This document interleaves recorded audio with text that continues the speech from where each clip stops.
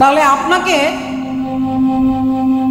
এর জন্য চতুর জায়গায় ছুটতে হবে না বাবা। ভাগ্যে যদি থাকে আপনি জঙ্গলে বসে থাকলেও পাবেন, আর যেটা আপনার ভাগ্যে নেই আপনি চারিদিকে ছুটলেও পাবেন না। কিন্তু ভগবানকে পাওয়া একান্ত ভগবত কৃপার উপরে নির্ভর করে। কোন সাধনার দ্বারা আপনি ভগবানকে পাবেন বলেন না, সাধনার দ্বারা পরমাত্মাকে পেতেও পারেন নাও পারেন। ভগবত ইচ্ছার উপরে নির্ভর করে ভগবান কাকে, ভগবান কার কাছে যাবেন তিনি স্বতন্ত্র। বললেন তাহলে এই যে দীক্ষা নেওয়া, নাম জপ করা, ব্রত করা, তীর্থে যাওয়া, এত কিছু করা, এগুলো কি সব বেকার? বলে না, বেকার নয়, বেকার নয়, এটা হচ্ছে একটা মাধ্যম। কিন্তু এটা ভেবে নেবেন না যে শুধুমাত্র তীর্থে গেলেই আমি ভগবানকে পেয়ে যাব, এ গ্যারেন্টি দিয়ে বলা যাবে না বাবা। রাজা দশরথ তিনি জঙ্গলেও যাননি, আর তিনি কোনো তপস্যা হরিবোল করেননি, কিন্তু তার ঘরে ভগবান জন্মগ্রহণ করলেন। আর বিশ্বামিত্র মুনি বলে সারা জীবন জঙ্গলে জঙ্গলেই কাটালেন, কিন্তু ভগবানকে পেলেন না।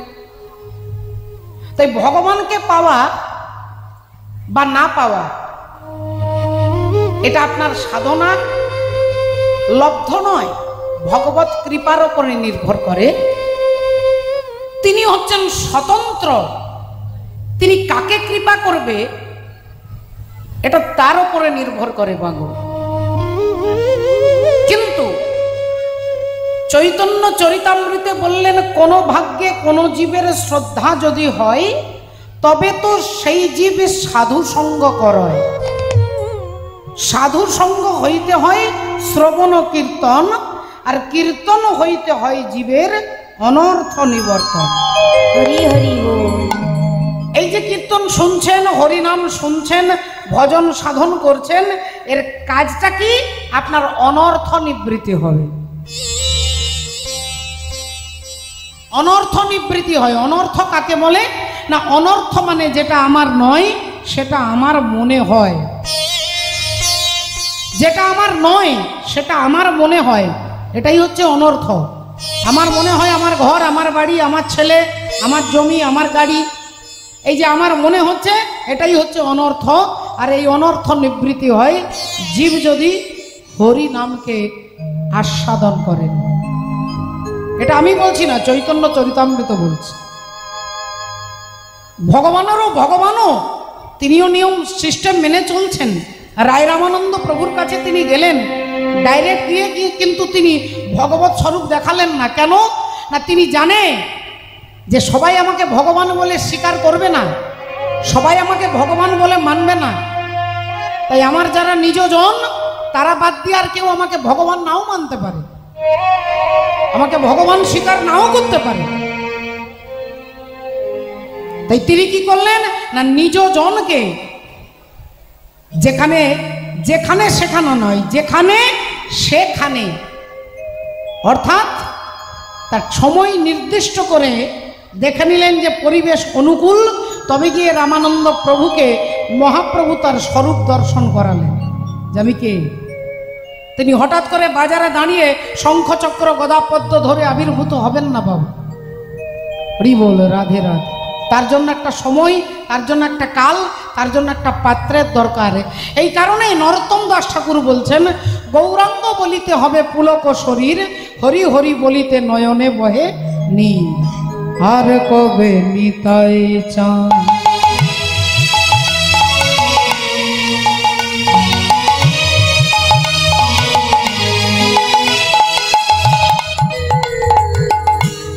আর কবে নিতাই চাঁদ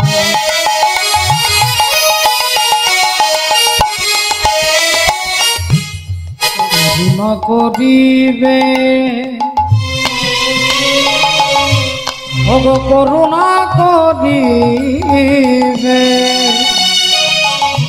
করুণা করিবে। আর কবে নিতাই চাঁদ বলো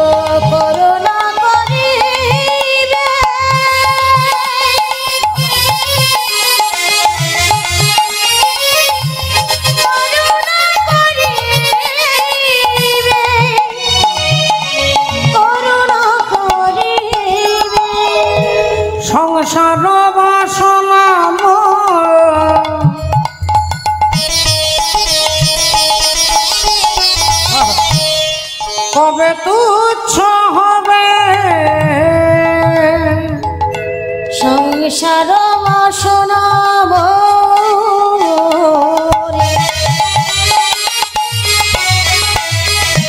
কবে তুচ্ছ হবে।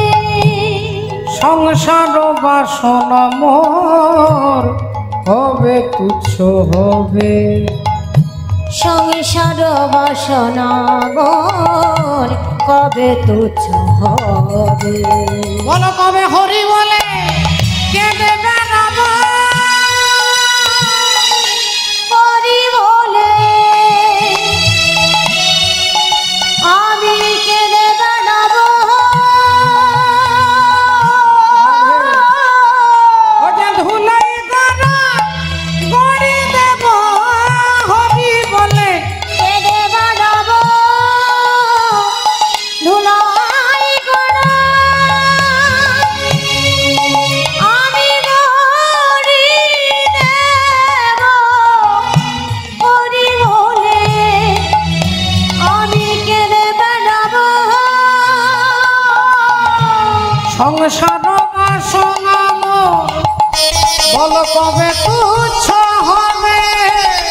সংসার বাসনা মোর কবে তুচ্ছ হবে। সংসার বাসনা মোর কবে তুচ্ছ হবে। সংসার বাসনা মোর কবে তুচ্ছ হবে। ভক্তিমতী মায়েরা, সংসার বাসনা মোর কবে তুচ্ছ হবে। এই যে যাচ্ছি আর আসছি, যাচ্ছি আর আসছি, যাচ্ছি আর আসছি, কখনো মানুষ, কখনো পশু, কখনো কীট, কখনো পতঙ্গ, এই যে 84 লক্ষ জনই ভ্রমণ করছি, আসছি যাচ্ছি, আসছি যাচ্ছি। এই সংসার বাসনা যদি আপনার ভেতরে একটাও বাসনা থাকে, আপনাকে আবার ঘুরে আসতে হবে। আপনার যদি মনে হয় আমার যদি একটা নাতি হতো, হয়তো এই জন্মে আপনার নাতি নেই, আপনাকে নাতির জন্য আবার দ্বিতীয় জন্ম আবার জন্মগ্রহণ করতে হবে।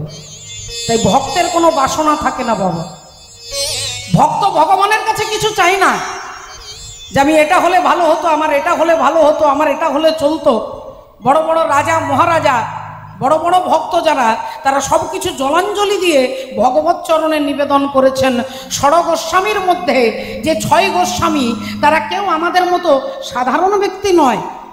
গোটা বাংলার যিনি ছিলেন প্রধানমন্ত্রী, গোটা বাংলার যিনি ছিলেন অর্থমন্ত্রী, সেই রূপ আর সনাতন, তারা কি করলেন না, তারা সবকিছু জলাঞ্জলি দিয়ে ভগবত চরণে নিজেকে নিবেদন করলেন, সবকিছু ত্যাগ করলেন। আমার মতো দুরাচারী অত্যাচারী তিনি নন। তারা সবকিছু জলাঞ্জলি দিলেন কেন? বললেন সম্পত্তির মধ্যে জীবের কোন সম্পত্তি গণি না, রাধা কৃষ্ণে প্রেম যার সেই বড় ধনী। হরি বল। মহাপ্রভু জিজ্ঞাসা করছেন রায় রামানন্দ প্রভুকে, বলো সম্পত্তির মধ্যে কোন সম্পত্তি সব থেকে বড়? বিরাট বিরাট বাড়ি, গাড়ি, টাকা, ব্যাংক ব্যালেন্স, এগুলো সম্পত্তি? বললেন না, রাধা কৃষ্ণে প্রেম যার সেই বড় ধনী। এই জড় জগতের টাকা পয়সা আপনাকে যন্ত্রণা দেবে বাবু, আপনাকে যন্ত্রণা দেবে, অর্থই আপনার জীবনে অনর্থ ডেকে আনবে। কিন্তু আপনার ভেতরে যদি প্রেম সম্পত্তি থাকে, জীবনের সব থেকে বড় কোনো অনর্থ আপনি অনায়াসে পার করতে পারবেন। আপনি পার করতে পারবেন, জীবনের আসল সত্যটাকে জানতে পারবেন যদি একবার সৌভাগ্যক্রমে আমরা সাধু সঙ্গ করতে পারি। তাই বললেন, আর কবে নিতাই চাঁদ করুণা করিবে, সংসার বাসনা মোর কবে তুচ্ছ হবে। ওগো বিষয় ছাড়িয়া কবে শুদ্ধ হবে মন, বিষয় ছাড়িয়া কবে শুদ্ধ হবে মন। বিষয় ছাড়িয়া কবে শুদ্ধ হবে মন। ওগো বিষয় ছাড়িয়া কবে শুদ্ধ হবে মন। বিষয় ছাড়িয়া শুদ্ধ হবে মন। হ্যাঁ, আর কবে হবে হেরব সেই মধুর বৃন্দাবন। কবে হাম হেরব সেই মধুর বৃন্দাবন। হেরব সেই মধুর বৃন্দাবন। কবে হাম হেরব সেই মধুর বৃন্দাবন। বলি সেদিন আমার কবে মা হবে, সেদিন আমার কবে বা হবে, সেদিন আমার কবে বা হবে, বলো সেদিন আমার কবে মা হবে। সেদিন আমার কবে বা হবে, হরি বলিতে প্রাণ কাঁদিবে, সেদিন আমার কবে বা হবে, হরি বলিতে প্রাণ কাঁদিবে, সেদিন আমার কবে বা হবে, বলি হরি বলিতে প্রাণ কাঁদিবে, সেদিন আমার কবে মা হবে। হরি বলিতে প্রাণ কাঁদিবে, সেদিন আমার কবে বা হবে। সমস্ত ধর্মের মধ্যে কর্তব্যের মধ্যে একটা জায়গা আছে বড়। আপনি স্ত্রী পতির মর্যাদা রক্ষা করা, এটা আপনার ধর্ম। আপনি একজন ছেলে, আপনি ছেলে বলে পিতার প্রতি ভক্তি থাকাও একটা কর্তব্য। আপনি যদি কারোর মেয়ে হন বলে তাহলে বাবা মার প্রতি একটা কর্তব্য থাকা, এটাও একটা ধর্ম।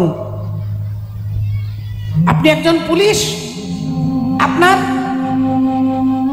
এই দেশকে গ্রামকে সুরক্ষা দান করা, এটাও একটা কর্তব্য। কিন্তু সব থেকে বড় কর্তব্য কি, এটা আগে জানতে হবে। কাশ্যপ মুনি বিশাল বড় তপস্যা করেছেন, মহাভারতে আছে। তপস্যায় সিদ্ধি লাভ করেছেন, আর সিদ্ধি লাভ করে তিনি মুহূর্তের মধ্যে তিনি যদি এতটুকু রেগে যায়, যার উপরে রেগে যাবে একবার তিনি পুড়ে ছাই হয়ে যাবে।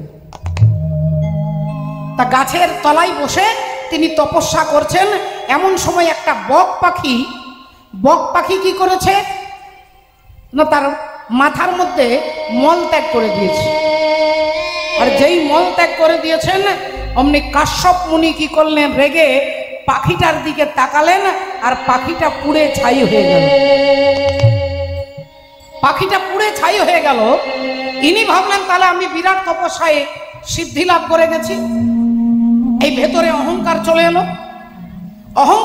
এলো। ভক্তিমতী মায়েরা দেখুন, তপস্যা করতে করতে অহংকার আসে, ভজন করতে করতে অহংকার আসে যে আমার থেকে বড় বৈষ্ণব আর কেউ নেই।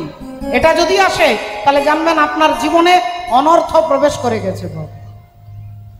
আপনি যদি ভাবেন যে আমার মতো বড় কীর্তনিয়া কেউ নেই, তাহলে আপনার জীবনে অনর্থ ঢুকে গেছে। আপনি যদি ভাবেন যে আমার মতো পাণ্ডিত্য কারণ নেই, তাহলে আপনার জীবনে দুর্ঘটনা আসতে শুরু করবে। চিন্তা নেই, অপেক্ষা করুন। তাই কাশ্যপ মুনি কি করলেন, ওই বক পাখিটাকে পুড়িয়ে ছাই করে দিলেন। আর যখনই সে পুড়ে ছাই হয়ে গেল, ভাবলো আমি সাধনায় সিদ্ধি লাভ করে গেছি। পরের দিন সকালবেলায় ভিক্ষার আঁচল নিয়ে একটা বাড়ির দরজায় দাঁড়িয়েছেন। আর বাড়ির যিনি রমণী, বাড়ির যিনি কর্ত্রী, তিনি সেই সময় কি করছিলেন, কাজ করছিলেন। যেই বলেছেন ভিক্ষাং দেহি, তিনি অমনি বললেন দাঁড়ান বাবা, আমি ভিক্ষা এনে দিচ্ছি। এমন সময় সেই স্ত্রীর স্বামী এসে দাঁড়িয়েছে। স্বামীকে জল চাইছে, জলটা দিয়ে ভাবছে ভিক্ষাটা দিতে যাব। এমন সময় স্বামীকে জলটা দিতে যাবে, আর ওই দিক থেকে দরজায় দাঁড়িয়ে বলে উঠলেন, এই যে মা, আমি তোমার দরজায় দাঁড়িয়ে ভিক্ষা চাইছি, তুমি আমাকে ভিক্ষা না দিয়ে তোমার স্বামীকে জল খাওয়াতে গেছো। আমাকে বাদ দিয়ে তোমার স্বামীকে জল খাওয়াতে গেছো। সঙ্গে সঙ্গে সেই রমণী বলে বললেন মুখ সামলে কথা বলবেন, আমি হচ্ছি ওনার স্ত্রী। আর স্বামীর সেবার প্রতি লক্ষ্য থাকা হচ্ছে পতিব্রতা নারীর ধর্ম। তাই স্বামীর প্রতি কর্তব্যটা আগে। তাই ওনাকে জলটা দিয়ে আপনাকে ভিক্ষা দেবো। বললেন এটা কি তুমি ঠিক করছো? যেই রেগে রেগে তাকাচ্ছে, অমনি ওই গৃহবধূ বলে উঠলেন, আপনি আমাকে গাছের বক পাখি পাননি যে আপনি আমাকে পুড়িয়ে ছাই করে দেবেন। মহামণি কশ্যপ তিনি চমকে গেলেন, বললেন আমি গতকালকে একটা পাখিকে আমার তেজের আগুনে পুড়িয়ে ছাই করে দিলাম, উনি ঘরে বসে জানলেন কি করে? বললেন আমি হলাম পতিব্রতা নারী, আমি ভূত ভবিষ্যৎ বর্তমান এই ঘরে বসে থেকেই জানতে পেরে যায়। এই ধর্ম পালন করতে গিয়ে আপনি ভবিষ্যৎ ভূত সবকিছুই জানতে পারেন, কিন্তু সর্বশ্রেষ্ঠ ধর্ম কর্তব্য কি? চৈতন্য চরিতামৃতে বলছেন যে কৃষ্ণ ভুলিয়া জীব অনাদি বহির্মুখ, অতএব মায়া তারে দেয় সংসার আদি দুঃখ। সাধনায় সিদ্ধি লাভ করলেন, কিন্তু ওই রমণী বললেন আপনি আমাকে বক পাখি পাননি যে আপনি আমাকে পুড়িয়ে ছাই করে দেবেন। তাহলে পুড়িয়ে ছাই করে দেওয়াটা বড় কথা নয়, বড় কথা হচ্ছে ধর্ম পালন করা। রাধে রাধে। এই কারণে ভগবান কৃষ্ণ অর্জুনকে বলছেন, অর্জুন আগে ধর্মকে জানো, ধর্ম কাকে বলে বলো। তোমাকে আমি 18 অধ্যায় গীতা শোনালাম, তোমাকে 700 শ্লোক শোনালাম, তোমাকে আমার বিশ্বরূপ দেখালাম, বলো ধর্ম কাকে বলে। অর্জুন হাত জোড় করে বলছেন, কৃষ্ণ আমি এত কিছু জানলাম, এত কিছু দেখলাম, কিন্তু ধর্ম কাকে বলে আমি বুঝতে পারছি না। ভগবান বললেন তাহলে এবার সহজ ভাষায় শোনো, ধর্ম কাকে বলে। ধর্ম কি বলে? আগে ধর্ম রে পরে ধর্ম রে, আগে ধরে মরে পরে ধরে মরে, আগে ধরে মরে পরে ধরে মরে, আগে ধর্ম রে পরে ধর্ম রে, আগে ধরে মরে পরে ধরে মরে, আগে ধর্ম রে পরে ধর্ম রে, আগে ধরে মরে পরে ধরে মরে, আগে ধরে মরে পরে ধরে মরে, আগে ধরে মরে পরে ধরে বলি মরে, আগে ধর্ম রে পরে ধর্ম রে, আগে ধরে মরে পরে ধরে মরে, আগে ধরে মরে, আরে আহা পরে ধরে মরে, আগে ধরে মরে পরে ধরে বলি মরে, আগে ধর্ম রে পরে ধর্ম রে, আগে ধরে মরে পরে ধরে মরে। सर्वधर्म परित्यज्य मामेकं शरणं व्रज अहं त्वं सर्व पापेभ्यो मोक्षय स्वामी मा शुच। রাবণ রাজা কি? রাবণ রাজা সীতা দেবীকে হরণ করতে পারলো, সীতা দেবীর 4টে জায়গায় একটু ভুল হয়ে গেল বাবা, নইলে রাবণের ঠাকুর দাদার ক্ষমতা নেই, তিনি সীতা মাকে হরণ করে নিয়ে চলে যাবে। 4টে জায়গায় ভুল হলো। কোথায় কোথায় দেখুন একটু লক্ষ্য করে। এক হচ্ছে ভগবত নিষ্ঠা, 2 হচ্ছে ঈশ্বর নিষ্ঠা, 3 হচ্ছে সাধু নিষ্ঠা, আর 4 হচ্ছে সাধুর বাক্য নিষ্ঠা।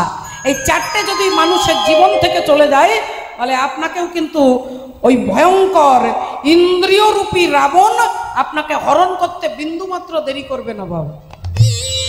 শাস্ত্র শেখাচ্ছে আমাদেরকে। 4টে জায়গায় সীতা দেবী ভুল করলেন। প্রথম ভুলটা কি না? প্রথম ভুল, যখন রাবণের মামা মারিচ একটা হরিণ সেজে এলেন, সোনার হরিণ, আর সীতা দেবীর কাছে ঘোরাঘুরি করতে লাগলো। সীতা দেবী প্রথমেই ছুটে গেলেন রামচন্দ্রের কাছে, বললেন স্বামী ওই সোনার হরিণটাকে আমাকে ধরে দিতে হবে, ওই সোনার হরিণটাকে আমাকে ধরে দিতে হবে। রামচন্দ্র বললেন দেখো কি বলছেন, দেখুন দেখো সীতে, সোনার হরিণ হয় না। সোনার হরিণ যদি হয় সেটা আলমারির শোকেসে সাজিয়ে রাখা যাবে। সোনার হরিণ কখনো হাঁটবে চলবে এটা হতে পারে না, এটা মায়া। তুমি ভুল করছো সীতে। সীতা দেবী বলছে আমি নিজের চোখে দেখছি সোনার হরিণ ঘোরাফেরা করছে, তাকাচ্ছে, ঘাস খাচ্ছে, আর তুমি বলছো এটা মিথ্যে। তুমি আমাকে হরিণটা ধরে দেবে কি না বলো। রামচন্দ্র বললেন দেখো তোমাকে আবার বলছি তুমি মায়ায় পড়ে যাচ্ছ, ওটা হরিণ নয়, ওটা দৈবী মায়া শক্তির একটা শক্তি, আর সেই মায়াতে পড়ে তুমি কিন্তু ভুল করতে যাচ্ছ। সীতা দেবী বললেন না, ওই হরিণ আমাকে ধরে দিতে হবে। রামচন্দ্র বললেন তাহলে এবার দেখো মায়ার কি যন্ত্রণা তোমাকে অনুভব করতে হবে। রামচন্দ্র ছুটলেন হরিণের পেছনে, আর যেই হরিণের পেছনে ছুটতে লাগলেন, কিছুক্ষণ পরে রামচন্দ্রের গলাটা নকল করে মারিচ চিৎকার করে ডাকতে লাগলেন, ভাই লক্ষণ, ভাই লক্ষণ বাঁচাও। সীতা দেবী লক্ষণকে বলতে এলেন, ভাই তোমার দাদা নিশ্চয়ই কোনো বিপদে পড়েছে, তোমার দাদা বিপদে পড়েছে, তুমি তোমার দাদার কাছে যাও। লক্ষণ বললেন, বৌদি আমার দাদা হচ্ছে বিপদ ভঞ্জন মধুসূদন, জগতের প্রতিটি জীবের বিপদকে তিনি মুক্ত করেন, আর সেই দাদা বিপদে পড়বে? না হ্যাঁ তোমার দাদা বিপদে পড়ে তোমাকে ডাকছে, তুমি যাও, তুমি যাও, আমি বলছি তুমি যাও। লক্ষণ বললেন দাদা যাওয়ার সময় বলে গেছে যে তোর বৌদিকে দেখিস, তোর বৌদিকে দেখিস, তাই আমি তোমাকে জঙ্গলে একা রেখে দাদাকে খুঁজতে যাব না। সীতা দেবী বললেন আচ্ছা, তাহলে আমি অবলা নারী বলে তুমি আমার দুর্বলতার সুযোগ নিতে চাইছো না? লক্ষণ ঠাকুরের প্রাণ দীর্ণ বিদীর্ণ হয়ে গেল, চোখ দিয়ে ঝরঝর করে জল পড়তে লাগলো। বললেন মাগো, আমি তোমার চরণ ছাড়া তোমার মুখের দিকে কোনোদিন তাকাইনি, তুমি আমায় এত বড় কথা বলতে পারলে না? রাবণ দাঁড়িয়ে আছে গাছের আড়ালে।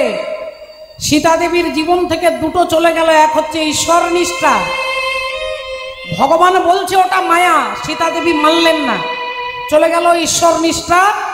এইবার চলে গেল সাধু নিষ্ঠা। লক্ষণ হচ্ছে সাধু, তিনি বলছেন যে আমার দাদা বিপদে পড়তে পারে না, কিন্তু সীতা দেবী মানলেন না, জোর করে লক্ষণ ঠাকুরকে অপমান করলেন যে তুমি দুর্বলতার সুযোগ নিতে চাইছো। লক্ষণ ঠাকুরের অন্তরে ছেলের মতো বিঁধল কথাটা, তিনি অমনি বললেন তাহলে বৌদি আমি যাচ্ছি, কিন্তু এই তীর দিয়ে একটা লেখা, একটা দাগ টেনে দিয়ে যাচ্ছি, এই দাগের বাইরে কিন্তু তুমি বেরোবে না বৌদি। শত বিপদ আসুক, যন্ত্রণা আসুক, যেই আসুক, এই দাগের বাইরে তুমি বেরোবে না। লক্ষণ দাগ দিয়ে বেরিয়ে চলে গেলেন। আর অমনি কি ঘটলো, জীবন থেকে দুটো চলে গেল, এখনো দুটো আছে, রাবণ এখনো দাঁড়িয়ে আছে। যেই দাগটা টেনে দিয়ে লক্ষণ ঠাকুর ছুটলেন, এইদিকে রাবণ রাজা ব্রাহ্মণ সেজে ওই কুটিরের বাইরে চিৎকার করে দাঁড়িয়ে বলে উঠলেন ভিক্ষাং দেহি, ভিক্ষাং দেহি। সীতা দেবী অমনি থালাই করে চাল এনে রাবণকে বলছেন বাবা এদিকে আসুন, একটু কাছে আসুন, আমি আপনাকে ভিক্ষা দিচ্ছি, এই দাগের বাইরে আমি বেরোতে পারবো না। আমার দেবর আমাকে এই দাগটা টেনে দিয়ে গিয়ে বলেছে এই দাগের বাইরে বেরোবে না, তাই এর বাইরে গিয়ে আমি আপনাকে ভিক্ষা দিতে পারবো না। রাবণ বললেন তাহলে মা তোমার ভিক্ষে তুমি রাখো, আমি চললাম। ভিক্ষে যদি দিতে হয় এখানে এসে ভিক্ষে দিতে হবে, নইলে আমি চললাম। এই যেই রাবণ চলে যেতে যাবে অমনি সীতা দেবী বললেন দাঁড়ান বাবা, আমি এই দাগের বাইরে গিয়ে ভিক্ষা দিচ্ছি। চলে গেল 3 নাম্বার সাধুর বাক্য নিষ্ঠা। সাধু যদি লক্ষণ হয়, লক্ষণ বললেন এই দাগের বাইরে যাবে না, সীতা দেবী ওই দাগের বাইরে চলে এলেন বাবা। আর যখনই চলে গেল সাধুর বাক্য নিষ্ঠা, যেই দাগের বাইরে বেরোলেন অমনি রাবণ রাজা তাকে হরণ করে নিয়ে চলে গেলেন। তাহলে একটু ভালো করে লক্ষ্য করে দেখুন বাবা ঠাকুর, চোখ বন্ধ করে নিজে নিজে আমরা সবাই নিজে নিজে ভাবুন যে আমরা গীতাতে ভগবান যা বলছে তাই করি না, আমাদেরকে শাস্ত্র যা বলছে আমরা তা করতে পারি না, আমাদেরকে সাধুগুরু বৈষ্ণব যা বলছে আমরা তা করতে পারি না। তাহলে আমাদের জীবনে ঈশ্বর নিষ্ঠা নেই, ভগবত নিষ্ঠা নেই, সাধু নিষ্ঠা নেই। সাধুরা যা বলছে তার বাক্যটাও আমরা মানতে পারি না। তাই আমাদেরকে হরণ কে করেছে না 10 ইন্দ্রিয় রূপী দশানন হরণ করেছে। 10 ইন্দ্রিয় রূপী দশানন, 5টা জ্ঞানেন্দ্রিয়, 5টা কর্মেন্দ্রিয়, এরা আমাদেরকে যা বলে আমরা তাই করতে বাধ্য হই। জিহ্বা বলছে জিলিপি খেতে হবে, আমি ছুটছি দোকানে জিলিপি কিনে খাচ্ছি। চোখ বলছে এটা দেখতে হবে, আমি সঙ্গে সঙ্গে দেখছি। কান বলছে এই গানটা শুনতে হবে, আমি সঙ্গে সঙ্গে শুনছি। তাহলে ইন্দ্রিয় আমাকে যা বলছে আমি তাই করছি, কিন্তু আমার কথা কোনো ইন্দ্রিয় শোনে না বাবা। আপনারা ইন্দ্রিয়কে কন্ট্রোল করেছেন, তাই হরি কথা শুনতে বসেছেন।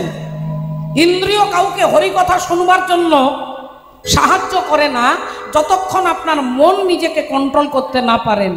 এই মনটাকে আপনারা কন্ট্রোল করেছেন বলে কীর্তন শুনবার জন্য সকাল থেকে এখানে বসে আছেন। তাই সীতা দেবীর 4টে জীবন থেকে নিষ্ঠা চলে গেল, আর অমনি রাবণ রাজা তাকে হরণ করে নিয়ে গেলেন। রাধে রাধে। আপন ঘরে চুপটি করে দেখ না রামায়ণ, আপন ঘরে চুপটি করে দেখ না রামায়ণ। টিভিতে রামায়ণ সিরিয়াল নয়, এই দেহের মধ্যে রামায়ণ আছে বাবা। রাম অয়ন, অয়ন মানে ঘর, রামের ঘর। এখানে যদি ভগবান থাকে তাহলে এটা রামায়ণ, এটা রামের অয়ন, এটা ঘর। এখানেও রামায়ণ হচ্ছে, এখানেও রাবণ আছে, এখানেও সীতা আছে, এখানেই হনুমান আছে, আর এখানেও লক্ষণ আছে। কে কোথায় আছে? আপন ঘরে চুপটি করে দেখ না রামায়ণ, আপন ঘরে চুপটি করে দেখে রামায়ণ, আপন ঘরে চুপটি করে দেখে রামায়ণ। ওগো দেহের মধ্যে খুঁজিলে পাবি, ওগো দেহের মধ্যে খুঁজিলে পাবি, ওগো দেহের মধ্যে খুঁজিলে পাবি, হেথায় আছে রাম রাবণ। আপন ঘরে চুপটি করে দেখে রামায়ণ, আপন ঘরে চুপটি করে দেখে রামায়ণ, আপন ঘরে চুপটি করে দেখে রামায়ণ। আপন ঘরে চুপটি করে দেখ না রামায়ণ। আমার দশেন্দ্রিয় রূপী দশাননে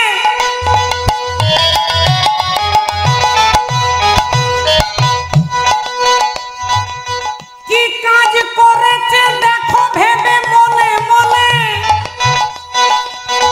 আহা, 10 ইন্দ্রিয় রূপী দশানন তাকে হরণ করেছে কুলকুণ্ডলিনী সীতায় হরে। কুণ্ডলিনী সীতা হরে, কুলকুণ্ডলিনী শক্তিকে হরণ করে নিয়েছে ইন্দ্রিয় রূপী রাবণ। কুলকুণ্ডলিনী সীতায় হরে, দশেন্দ্রিয় দশানন। আপন ঘরে চুপটি করে দেখে রামায়ণ, আপন ঘরে চুপটি করে দেখে রামায়ণ।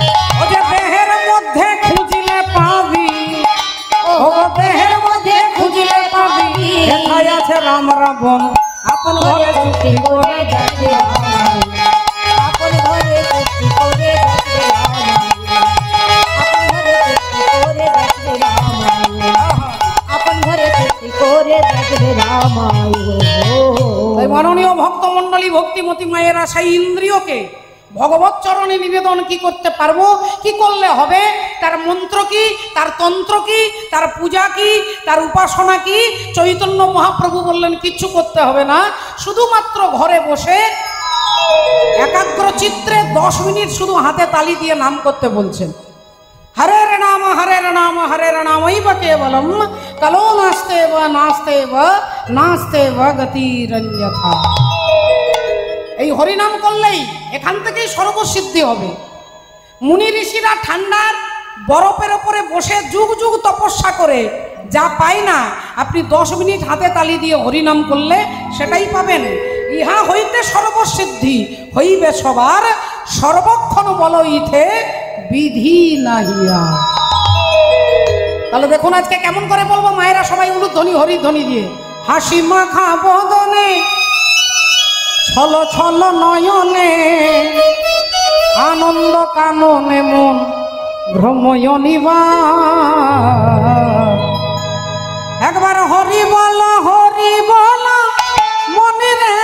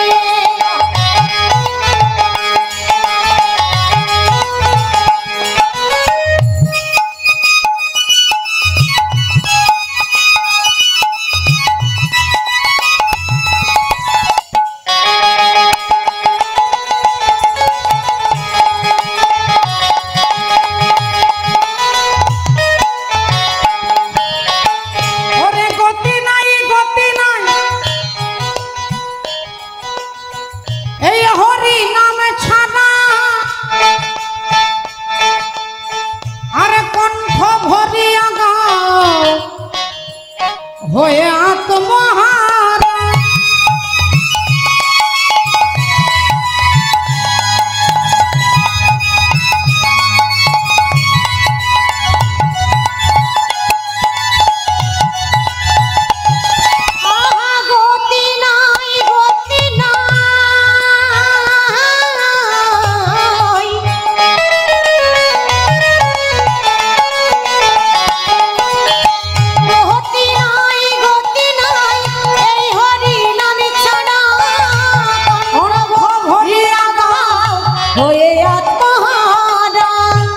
ওই দেখো শ্মশানে কিবা রাত্রি দিনে, ওই দেখো শ্মশানে,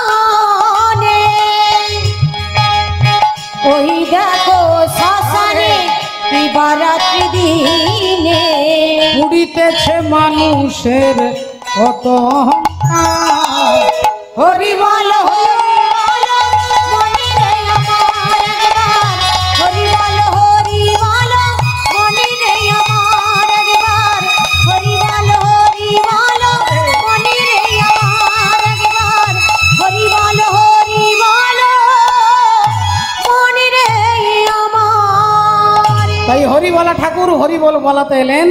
আজ থেকে 539 বছর পূর্বে শ্রীধাম নবদ্বীপের মাঝে শচী মায়ের কোলে। পদকর্তা কি বলছেন? আর কবে নিতাই চাঁদ করুণা করিবে, সংসার বাসনা মোর কবে তুচ্ছ হবে, বিষয় ছাড়িয়া কবে শুদ্ধ হবে মন, বিষয় ছাড়িয়া কবে শুদ্ধ হবে মন, আর কবে হাম হেরব সেই মধুর বৃন্দাবন, কবে হাম হেরব সেই মধুর বৃন্দাবন। অগরূপ রঘুনাথ পদে হইবে আকুতি, রূপ রঘুনাথ পদে হইবে আকুতি, আরে কবে হাম বুঝব সেই যুগল প্রীতি, কবে হাম বুঝব সেই যুগল প্রীতি, কবে হাম বুঝব সেই যুগল প্রীতি। রূপ রঘুনাথ পদে রহু মোর রূপ রঘুনাথ পদে রহু মোর আর প্রার্থনা করো এ সদা নরোত্তম দাস, প্রার্থনা কর এ সদা নরোত্তম দাস, প্রার্থনা কর এ সদা নরোত্তম দাস। বলি সেদিন আমার কবে মা হবে, সেদিন আমার কবে বা হবে, বলো সেদিন আমার কবে মা হবে, সেদিন আমার কবে বা হবে, হরি বলিতে প্রাণ কাঁদিবে, কবে বা হবে, হরি বলিতে প্রাণ কাঁদিবে, সেদিন আমার কবে বা হবে, হরি বলিতে প্রাণ কাঁদিবে, সেদিন আমার কবে মা হরি হবে। বলিতে প্রাণ কাঁদিবে, হরি হরি হরি বলে, হরি বলিতে প্রাণ কাঁদিবে, হরি হরি হরি বলে, হরি বলিতে প্রাণ কাঁদিবে, বলো সেদিন আমার কবে বা হবে, সেদিন আমার কবে বা হবে। তাই প্রার্থনা কর হে সদা নরোত্তম দাস, হে প্রার্থনা করয়ে সদা সদা নরোত্তম দাস হে প্রার্থনা করয়ে সদা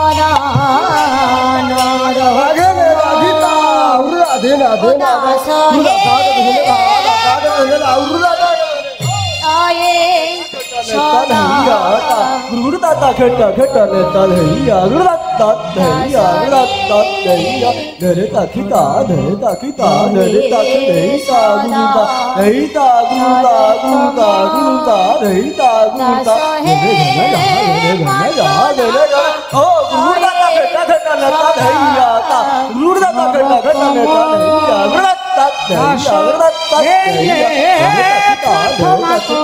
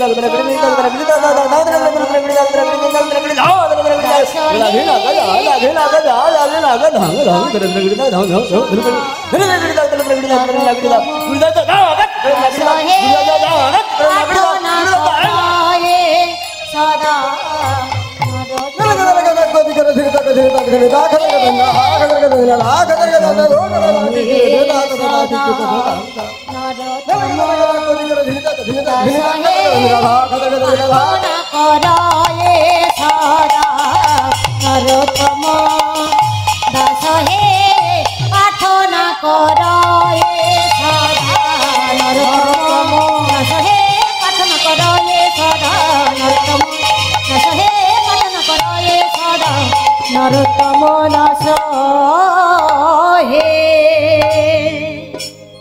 জয় জয় জগৎ গুরু, তুমি বাঞ্ছা কল্পতরু, সিক্ত কর তপ্ত মরু করুণা তোমার। করুণা তোমার তুমি মাতা তুমি পিতা তুমি জগতের ত্রাতা, কেহ নাই তোমা ভিন্ন জন। কেহ নাই তোমা ভিন্ন জন। সকলে চরণে ধন্যবাদ প্রণাম জানিয়ে শ্রদ্ধেয় বাবা ঠাকুর, ভক্তিমতী মায়েরা, আমরা যেমন মায়ের কাছে মাসির গল্প বললে হাসি পায়, মায়ের গল্প মাসির কাছে মাসি খুব ভালো করে জানে যে মা কেমন ছিল, কি করত, কারণ তারা দুই বোন। ঠিক সেই রকম আজকে আপনাদের দেশে দাঁড়িয়ে আপনাদেরই দেশের ভক্তের কথা আমরা সাধন করব। এই মুর্শিদাবাদ, এই সামনে কান্দির জমিদার ছিলেন আজ থেকে প্রায় 250 বছর আগে। বিখ্যাত জমিদার সেই লালাবাবু, তার ছোটবেলাকার বন্ধু জগৎ শেঠ, সেই লালাবাবু জগৎ শেঠের কথা আজকে আমরা শুনবো। আমাদের বিষয়বস্তু কমিটির দাদারা, বাবারা, কাকারা তারা তাদের ইচ্ছে হয়েছে লালাবাবুর কথা শুনবেন, তাই আমরা শুনবো। ভজনের মধ্য দিয়ে আমরা ভজন রাজ্যে একবার যাবো। জয় রাধে, উলুধ্বনি নিতাই গৌর প্রেমানন্দ। হরি হরি বল, হরি বল।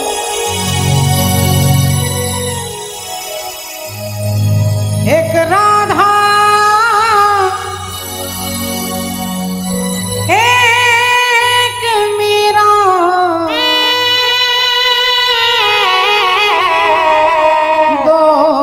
दोनों ने शाम को चाहा, अंतर क्या दोनों की चाह में बोलो, अंतर क्या दोनों की चाह में बोलो। एक प्रेम दीवानी, एक दरस दीवानी, एक प्रेम दीवानी, एक दरस दीवानी।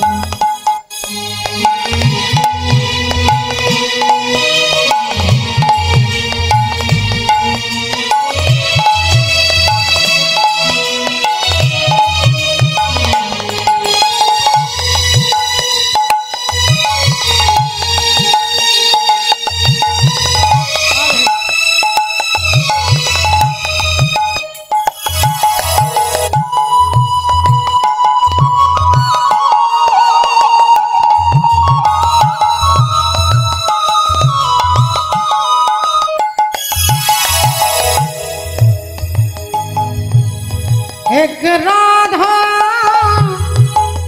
एक मीरा, दोनों ने शाम को चाहा, अंतर क्या दोनों की चाह में बोलो।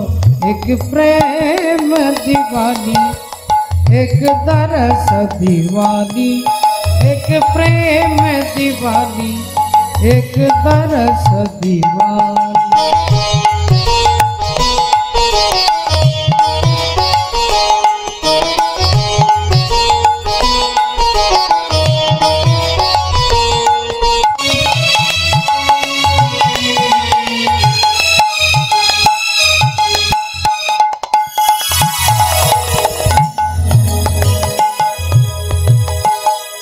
हरिओ राधा ने मधुबन में ढूंढा और मीरा ने मन में पाया।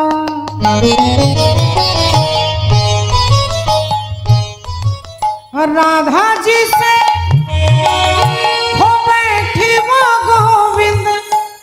मेरा हाथ दिखाया, एक मुरली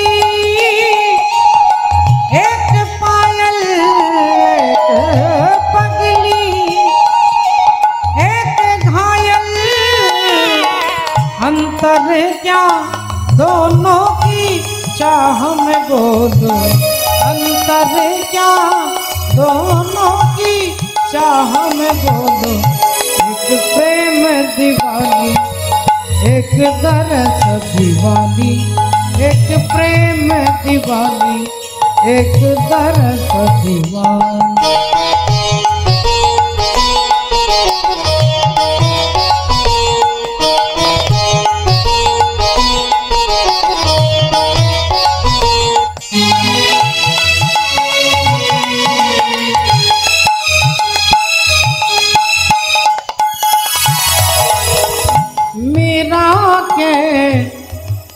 प्रभु गिरधर नागर और राधा के मन मोहन, सगम पदा पधम पदे मगर घर सनी रे रे गम गम पम पद पद सनी सनी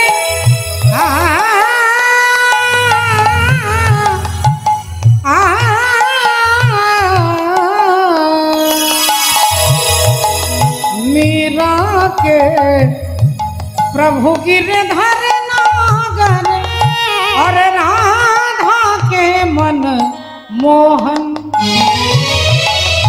राधा नित श्रृंगार करे और मीरा बन गए जोगन। एक रानी एक दासी दोनों हरि प्रेम की प्यासी, अंतर क्या दोनों की चाह में बोलो, अंतर क्या दोनों की चाह में बोलो।